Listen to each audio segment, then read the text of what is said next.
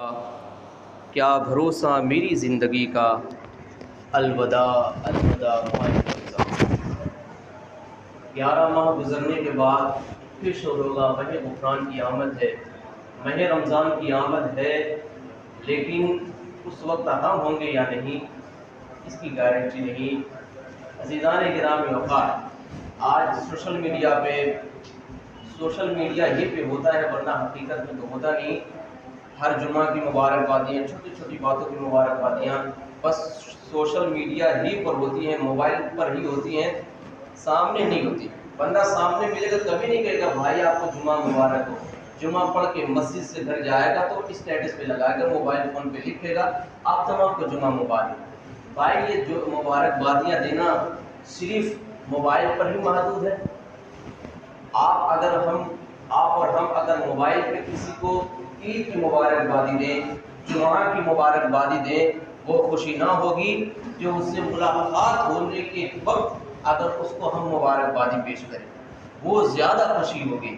اور یہ جو پوسٹ ہوتی ہے یہ بس ایک آج کے دور میں یہ رسم ہو چکی ہے، خاص بات ہوتی نہیں۔ اگر حقیقت پوچھی جائے تو یہ دل سے ہوتا بھی نہیں، اور اگر کسی کو سامنے سے کہا جائے تو یہ ایک چاہت ہوتی ہے، یہ ایک محبت کا اظہار ہوتا ہے۔ تو اس میں جب ہم اگر آپ کو کہیں آپ کو جمعہ مبارک ہو، آپ کو سمجھیں گے، آپ کے بھی دل میں محبت بیدار ہوگی، اس طرح سے ایک دوسرے میں محبت کا رشتہ اور مضبوط ہوگا۔ سوشل میڈیا پہ ڈالنے سے کچھ نہیں ہوتا۔ عزیزان گرامی، تو آج سوشل میڈیا پہ بہت ہی دھوئیں کی طرح، آندھی کی طرح جو پوسٹ چل رہی ہے، جو رمضان مبارک کا آخری جمعہ مبارک ہو، الوداع جمعہ مبارک ہو۔ یار ہم نے یہ تو کہہ دیا کہ رمضان المبارک کا آخری جمعہ مبارک ہو، رمضان المبارک، ان سال رمضان کا آخری جمعہ، یہ تو کہہ دیا کہ رمضان کا آخری جمعہ، لیکن تھوڑا اور بڑھ کر آگے اتنا اور تصور کر لیں، رمضان کا یہ آخری جمعہ ہے، کہیں ایسا تو نہیں یہ رمضان میری زندگی کا آخری رمضان ہے؟ اس سے تھوڑا سا بڑھ کے ہم کو اپنی آخرت کے لیے، ہم کو لمحہ فکر کے لیے اتنا آگے بڑھ کر اور سوچنا چاہیے، یہ رمضان المبارک کا آخری جمعہ ہے تو کہیں ایسا تو نہیں یہ رمضان میری زندگی کا آخری رمضان ہے۔ اور اگر آخری رمضان ہے تو پھر ہم کو کس قدر اس کا ادب و احترام کرنا چاہیے، ہم کو کس طرح سے رہنا چاہیے، زندگی گزارنا چاہیے۔ اگر اللہ ہمارے دل میں موت کی یاد بیٹھ گئی، اگر موت کی فکر ہمارے دل میں پیدا ہو گئی اور موت کی فکر میں اگر ہم زندگی گزارنے والے بن گئے تو اللہ رب العزت کے فضل سے ہر گناہ سے بچتے ہوئے نظر آئیں گے، شریعت مصطفی پہ زندگی گزارنے والے بن جائیں گے بآسانی، بشرط یہ کہ ہم اور آپ اپنی موت کو یاد کرنے والے بن جائیں۔ ہر لمحہ ہم یہی تصور کریں، یہ جو میں نے سانس لی، یہ جو میں نے آج کا دن گزارا، یہ جو میں رات گزار رہا ہوں، شاید اگلی سانس میں نہ لے سکوں، شاید اگلا دن نہ دیکھ سکوں، شاید اگلی رات میں نہ دیکھ سکوں۔ یہ لمحہ فکر ہمارے دل میں، ہمارے اندر اگر پیدا ہو گیا تو انشاءاللہ تمام گناہوں سے بچ جائیں گے، محض اللہ و رسول کی رضا والے کام میں مشغول ہو جائیں گے۔ اچھا دیکھیں، اگر کوئی کسی کے پاس ہم جاتے ہیں، اگر اس کا بچہ ہوتا ہے، اس سے اس کا نام پوچھتے ہیں بھائی اس کا نام کیا ہے، تو اگر وہ نام بتائے اس کا نام عبداللہ ہے، اس کا نام محمد احمد رضا ہے، وغیرہ وغیرہ، کوئی نام بتائے تو بڑی خوشی ہوتی ہے، واہ ماشاءاللہ کیا نام رکھے ہے۔ تو وہ اس کے بعد ہمارا ایٹومیٹک سوال یہ بھی ہوتا ہے بھائی نام کس نے رکھا ہے؟ اکثر یہ سوال ہوتا ہے کہ نام کس نے رکھا ہے۔ اگر وہ کہتے وہ فلاں مسجد کے امام صاحب ہیں نا، انہوں نے واہ ماشاءاللہ کیا بات ہے، امام صاحب نے نام رکھا، اسی لیے اتنا بڑھیا نام ہے، ماشاءاللہ کیا بات ہے۔ یعنی عزیزان گرامی، اگر میرا نام وقت کے محدث نے رکھا، وقت کے مفکر نے رکھا، وقت کے مدبر نے رکھا، اگر اعلیٰ عہدے پہ فائز ہونے والے نے اگر میرا نام رکھا تو ہمیشہ کے لیے میرے لیے باعث رشک اور فخر ہو جاتا ہے۔ میں خوشی سے اپنا نام لوگوں کو بتاتا ہوں اور ساتھ میں یہ بھی کہتا ہوں میرا نام فلاں بزرگ نے رکھا ہے، میرا نام فلاں مفتی صاحب نے رکھا ہے، میرا نام فلاں شیخ صاحب نے رکھا ہے، تو اس سے میرا سینہ چوڑا ہوتا ہے، مجھے فخر اور مجھے رشک محسوس ہوتا ہے کہ بڑی ہستی نے اعلیٰ ترین میرا نام رکھا۔ عزیزان گرامی، بلا تمثیل اب اس بات کو سمجھے اگر کسی بندے کا نام ولی اللہ رکھ دے تو وہ بندہ پوری زندگی رشک کرتا ہے، فخر کرتا ہے، لیکن ذرا تصور کرے نا جس کا نام اللہ رب العزت نے رکھ دیا ہو اس کی خوشی کا عالم کیا ہوگا۔ اللہ رب العزت قرآن مجید میں ارشاد فرماتا ہے هو سماکم المسلمین، وہ اللہ ہے جس نے تمہارا نام مسلمان رکھا ہے۔ وہ اللہ ہے جس نے تمہارا نام، ہمارا نام مسلمان رکھا ہے۔ یار گاؤں کا امام، مسجد کا امام اگر نام رکھ دے تو وہ نام قابل رشک اور قابل فخر ہوتا ہے، قابل بیان، قابل ذکر ہو جاتا ہے۔ تو جس نام کو اللہ رب العزت نے رکھا ہو وہ نام کتنی عظمتوں کا حامل ہوگا۔ یہ اللہ رب العزت نے ہمارا نام مسلمان رکھا ہے۔ یہ بات کہنے کا مقصد کیا ہے؟ دیکھیے حالات کے اعتبار سے لوگوں میں احساس کمتری کا شکار، مستری کا شکار، ڈر کا شکار، ایسا نہیں ہونا چاہیے۔ ایک دفعہ یہ ہوائی بات نہیں کر رہا، ایک صاحب نے خود مجھ سے کہا تھا یار ماحول اچھا نہیں ہے، سفر کرنا چاہیے تو یہ جو اپنا حلیہ ہے نا تھوڑا تبدیل کر کے سفر کرنا چاہیے، ماحول اچھا نہیں ہے، جان کے لانے پڑ سکتے ہیں۔ میاں آخر ڈر کس بات کی؟ آپ اور ہم اگر 100 روپے کا روح افزا لے کر جائیں کرنا تو پورا دکھا کر لے جاتے، ایک دم سینہ تان کر لے جاتے، کیوں؟ حلال کمائی سے حلال چیز میں نے خریدی ہے۔ تو آپ وہی بتائیں کوئی شراب اس طرح کھلے میں کھلا نڈر ہو کے سینہ تان کے لے کے جائے گا؟ نہیں لے کے جائے گا۔ اگرچہ وہ حلال کمائی سے اگرچہ لیا ہو لیکن لیا حرام چیز ہے، اس لیے اس کا ضمیر، اس کا حقیقی معنوں میں جو دل ہے اس کو اجازت نہیں دے گا وہ سریعام لے کر چلے۔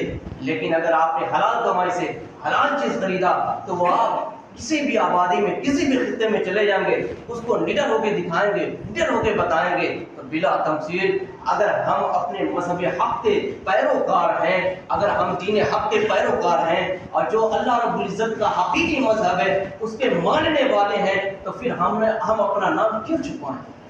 اگر ہم 2 نمبری ہیں تو چھپائیں، بے شک چھپائیں، جو 2 نمبری ہے چھپائیں، لیکن اگر 1 نمبری ہے تو پھر چھپانے کا سوال پیدا نہیں ہوتا۔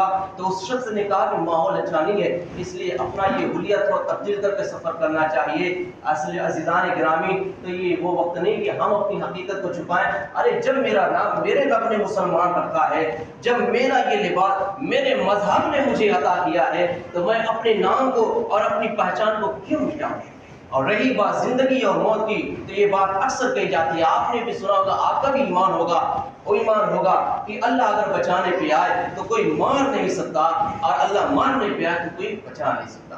اور آگے بات بڑھتی ہے عزیزان گرامی، اگر ہمارا باپ فون کر دے بیٹا میرا ایک مہمان، بڑا خاص مہمان تیرے پاس جا رہا ہے اور کی دیکھ ریکھ تم کر لینا، باپ نے اتنا فون کر کے کہا، فون رکھ دیا، اور اس کے بعد وقت مقررہ پر باپ کا خاص مہمان گھر پہ آیا۔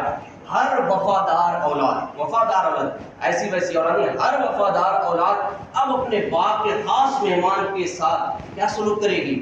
وہ سوچے گا کہ میں اپنے اس باپ کے خاص مہمان کو کیا کھلا دوں، کہاں بٹھا دوں۔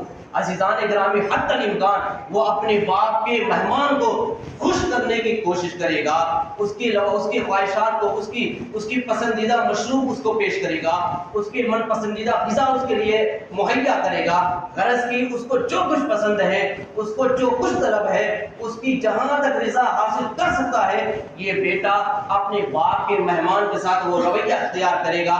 مقصد کیا ہوگا کہ یہ میرے باپ کا مہمان ہے، اس کو خوش کرنا، در حقیقت میرے باپ کو خوش کرنا ہے، اس کی خاطرداری کرنا در حقیقت میرے باپ کی مہمان نوازی کرنا ہے، اور اس کو ناراض کرنا میرے باپ کو ناراض کرنا ہے۔ تو وہ حتی الامکان وفادار اولاد سوچے گا، وفادار اولاد جو ہوگی وہ سوچے گی کہ میں اپنے باپ کے مہمان کو راضی کر دوں، اپنے باپ کے مہمان کو خوش کر دوں۔ بلا تمثیل عزیزان گرامی اوقات یہ رمضان المبارک کا مقدس مہینہ یہ اللہ رب العزت کا مہمان ہے، یہ مہمان خداوند قدوس ہے جو ہمارے نزدیک آیا ہے۔ آپ ذرا تصور کریں نا، اگر باپ کا خاص مہمان گھر میں آئے اور بیٹے کو پتہ بھی ہو، بیٹا مہمان کو، باپ کے خاص مہمان کو دیکھ لے اور اس کے بعد موبائل میں بجا ہو، موبائل میں اپنا وقت ضائع کر رہا ہو، نہ اس سے خیر خیریت پوچھے، وہ اپنے کام میں مشغول ہو، گھر میں آئے چلا جائے، ایک دفعہ بھی اس سے خیر خیریت نہ کرے، اب حقیقت بتانا کیا اس مہمان کو خوشی ہوگی؟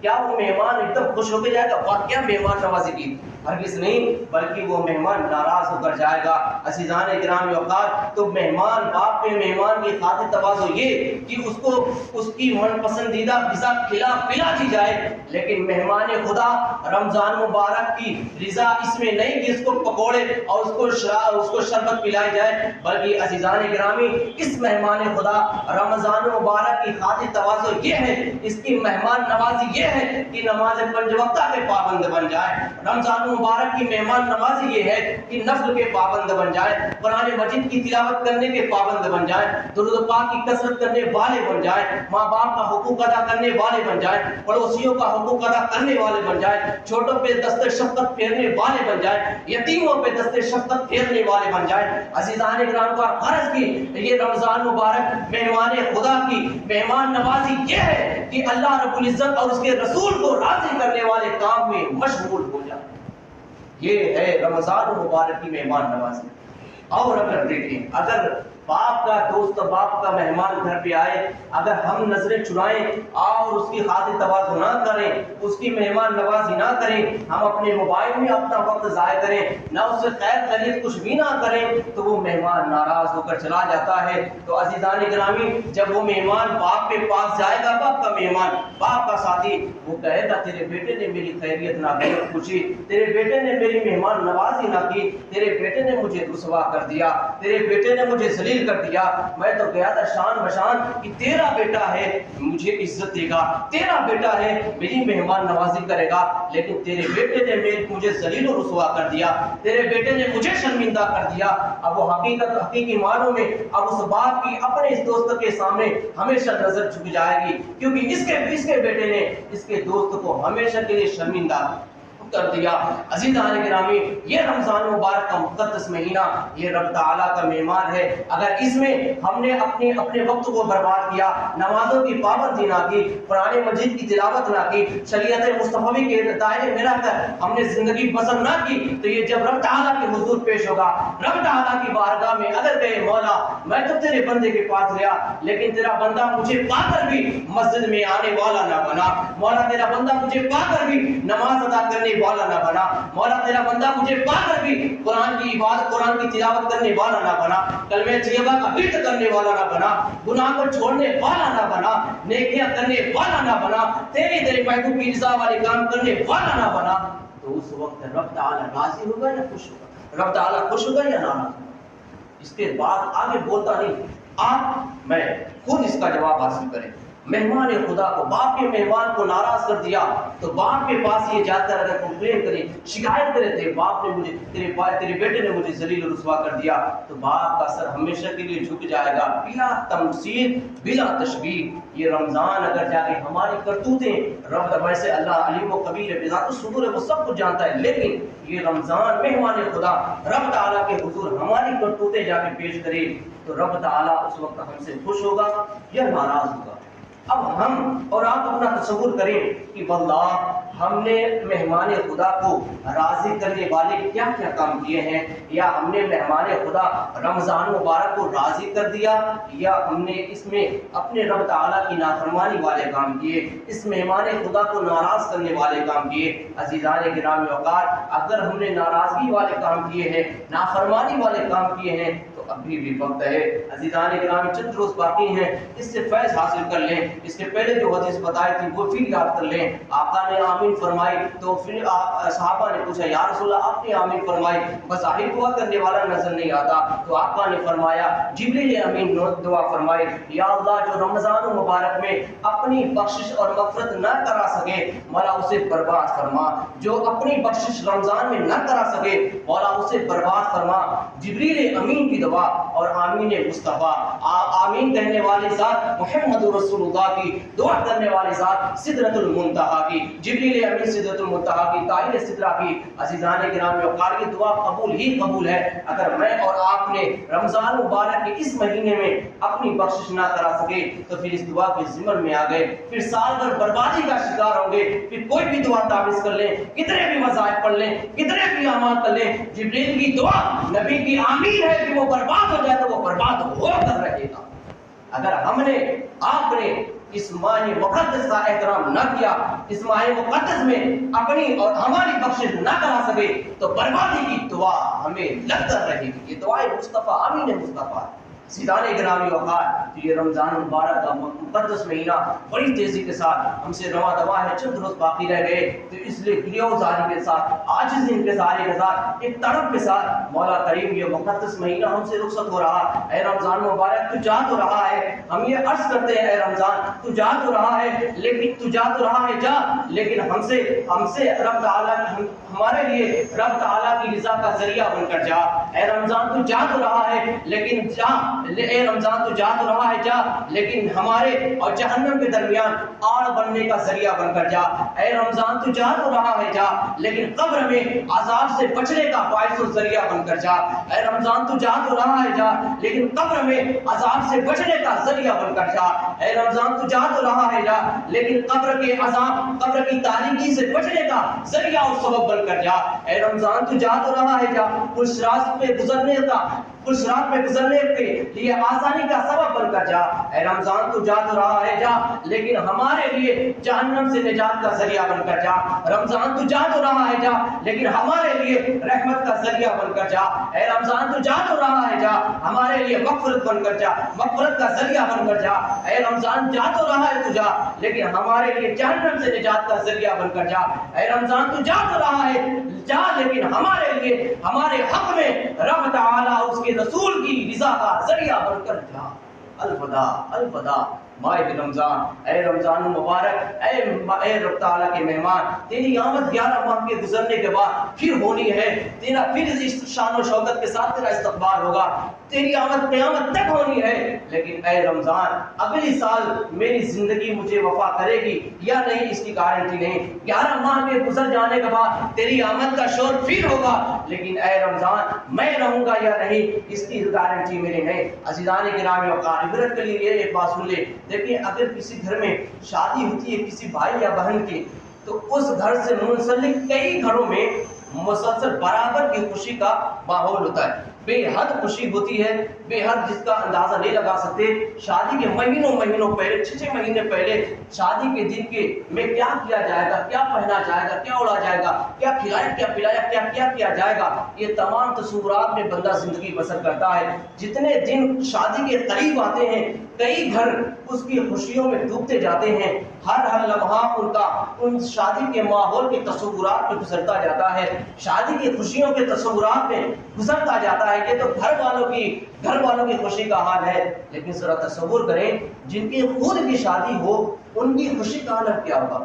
کوئی اندازہ لگا سکتا ہے؟ نہیں، یہ زندگی کی بڑی حسرت کی تکمیل ہونی ہوتی ہے، یہ جو ایک عظیم خواہش ہوتی ہے اس کی تکمیل ہونی ہوتی ہے، تو وہ بندے کی خوشی کا عالم نہیں ہوتا۔ عزیزان گرامی وقار، دوسری جمعہ سے پہلے کی بات ہے، اسی سال ہم لوگ کے ایک بچی کی بہن تھی، اسلامی بہن تھی، اس کو تھوڑا سا مرض ہوا، کیا ہوا، اس نے دوا لی ڈاکٹر کے یہاں سے، لیکن وہ اس دوا نے ری ایکشن کر دیا تو اس کا مرض بڑھ گیا، اور ایسا بڑھ گیا کہ وہ دائی اجل کو لگ گئی، وہ ہمیشہ کی نیند سو گئی، انتقال کر گئی۔ اور اسی بہن کا اسی عید کے گزر جانے کے بعد شادی تھی، نکاح تھا، اسی عید کے گزر جانے کے بعد اس کا نکاح تھا۔ اب ذرا تصور کریں نا، 20 روز کے بعد جس کا نکاح ہو، 30 روز کے بعد جس کا نکاح ہو، اس کے ذہن میں موت کا تصور میں سمجھتا ہوں نہیں رہا ہوگا۔ ہر وقت اس کے ذہن میں، جس کی بھی شادی اس کے ذہن میں اس کی شادی کی خوشیوں کا ماحول بسا ہوتا ہے، اس کے تصورات میں خوشیوں کا ماحول بسا ہوتا ہے، موت کا تصور نہیں بسا ہوتا۔ لیکن عزیزان گرامی، ایک دوا نے ری ایکشن کیا تو اس کی تمام حسرتوں کا جنازہ نکل گیا، اس کی تمام خوشیوں اور تمام آرزو حسرتوں خواہشات کا جنازہ نکل گیا۔ عزیزان گرامی، ہم بھی سمجھتے ہیں ٹھیک ٹھاک ہیں، ہم بھی سمجھتے ہیں ٹھیک ہے، بڑھیا ہے، ہم بھی عید کے تصورات میں ڈوبے ہوئے ہیں، ہم بھی عید کی خوشیوں میں ڈوبے ہوئے ہیں، کہاں جانا ہے، کیا کرنا ہے، کیا پڑھنا ہے، سب کچھ اسی تصورات میں یہ دن ہمارے گزر رہے، لیکن اس کی گارنٹی نہیں کہ سلامتی کے ساتھ عید الفطر تک ہم پہنچ سکتے ہیں۔ عزیزان گرامی کوئی گارنٹی نہیں، کوئی گارنٹی نہیں، ہم کبھی بھی مر سکتے ہیں، اس کا کوئی اندازہ نہیں۔ اس لیے عزیزان گرامی اوقات ہر دن کو، ہر لمحے کو، ہر وقت کو ہم ایسا گزاریں کہ شاید یہ میری زندگی کا آخری لمحہ ہے، اور اس فکر میں اگر ہم نے زندگی گزار لی تو واللہ واللہ واللہ ہر وقت ہم اس کے اللہ اور اس کے رسول کی رضا والے کام کرنے والے بن جائیں گے۔ عزیزان گرامی کل اس سے پہلے جو جمعہ کو اعلان کیا تھا کہ یہ وضو خانہ توڑ کر نیا بننے والا ہے، تو اس میں بڑھ چڑھ کر آپ تعاون کریں۔ تو عزیزان گرامی اوقات جو فضیلت بتا رہا تھا جو ذہن سے نکل گئی تھی، تو فضیلت یہ ہے، یہ صرف رمضان المبارک کی جمعہ کی ہی فضیلت ہے۔ عام دنوں میں بھی ثواب زیادہ ملتا ہے، لیکن اتنا نہیں ملتا جتنا رمضان کی جمعہ میں فائدہ ملتا ہے۔ اور یہ رمضان المبارک کا آخری جمعہ ہے، کیوں نہ فیض لوٹ لیا جائے، کیوں نہ اس کی برکت لوٹ لی جائے۔ عزیزان گرامی اوقات کیا پتہ آئندہ جمعہ ہم نہ ہو، اس لیے اللہ کی رضا کے لیے، اس کی خوشنودی کے لیے تعاون کریں۔ اس مسجد میں، دیگر مسجد میں، دیگر مدارس اسلامیہ میں تعاون کریں، اس لیے کریں مولا تیری رضا کی خاطر، اور یہ مرنے کے بعد واللہ ہمارے لیے صدقہ جاریہ ہوگا۔ ہم تو مر گئے ہوں گے، لیکن مدرسے میں آ کر قرآن پڑھنے والے کا ثواب ہمیں دیا جائے گا، مسجد میں آ کر نماز پڑھنے والے کا ثواب ہمیں دیا جائے گا۔ تو عزیزان گرامی کا رمضان مبارک کی جمعہ میں جو 100 روپے خرچ کرے گا، اس کو 14,000 روپے خرچ کرنے کا ثواب دیا جائے گا۔ سبحان اللہ، بولے نا سبحان اللہ۔ یہ اللہ رب العزت کی رحمت ہے، جھوم کے بولا کریں۔ 100 روپیہ خرچ کرنے پہ 14,000 روپیہ خرچ کرنے کا ثواب ملے گا، اور یہ آخری جمعہ ہے، اور کیا پتہ یہ زندگی کا بھی آخری جمعہ ہو۔ اس لیے کوشش کریں، اگر جتنا بھی ہو، 100 روپیہ نہ بھی ہو، جتنا بھی ہو، اللہ رب العزت کی بارگاہ میں اخلاص دیکھا جاتا ہے، اس کی رضا کے لیے مسجد میں تعاون کریں۔ اور عزیزان گرامی وقار ایک دم آخری بات، اور یہ بڑی ضروری سمجھتا ہوں کہ اگر امام صاحب کے خطبے میں، نماز پڑھانے میں یا بیان کرنے والے کے بیان میں تھوڑا سا دیر ہو جاتی ہے، تو لوگوں کی نظر گھڑی پہ ٹکٹکی باندھ کے دیکھتی رہتی ہے، اور تقریر کرنے والے اور پڑھانے والے کو دیکھتی ہے، یار مسجد میں 5 منٹ زیادہ بیٹھ گئے، کیا یہ بار گزرتا ہے؟ ارے بندے خدا، تو شکر ادا کر کہ یہ تیرے رب کا فضل ہے کہ اس نے اپنے اس پاکیزہ گھر میں 5 منٹ اور زیادہ بیٹھنے کی توفیق عطا فرما دی۔ ورنہ کتنے ایسے بندے کو ہم نے دیکھا ہے 12 سال ہو گئے، لیکن وہ مرض سے، ایسے مرض کا شکار ہوئے کہ وہ مسجد میں نہیں آ سکے، اور اسی حالت میں ان کا انتقال ہو گیا۔ اے بندے خدا، یہ رب تعالیٰ کا شکر ادا کر کہ تجھے اللہ رب العزت نے اپنے پاکیزہ گھر میں آنے کی توفیق دی، مزید اس نے اور زیادہ بیٹھنے کی توفیق دی، مزید اس نے دین سیکھنے اور اس کے حبیب کی باتیں سننے کی توفیق عطا فرمائے۔ اس لیے تکلیف نہ محسوس کیا کیجیے، اس لیے درد نہ محسوس کیا کیجیے، بہت زیادہ وقت کھاتا ہے، بہت جو کہ ٹائم لے لیتا ہے۔ عزیزان گرامی، یہ شکر کی گھڑی ہے، اللہ رب العزت ہمیں اور آپ کو کہنے سننے سے زیادہ عمل کی توفیق عطا فرمائے، اور اللہ رب العزت اپنے فضل سے اس ماہ مقدس میں بلا حساب بخشے جانے والوں میں ہمیں، ہمارے والدین کو بھی شامل فرمائے۔ آج یہاں سے پہلے میری زبان و فعل سے کوئی بھی کفریہ کلمات و فعل ہوئے، آپ سب کو گواہ بنا کر سچی توبہ کرتا میرا رب میری توبہ قبول فرمائے۔ استغفر اللہ ربی من کل ذنب واتوب الیہ، کلمہ طیبہ جھوم کر پڑھیں، لا الہ الا اللہ محمد رسول اللہ۔ جو سنت نہیں پڑھی ہے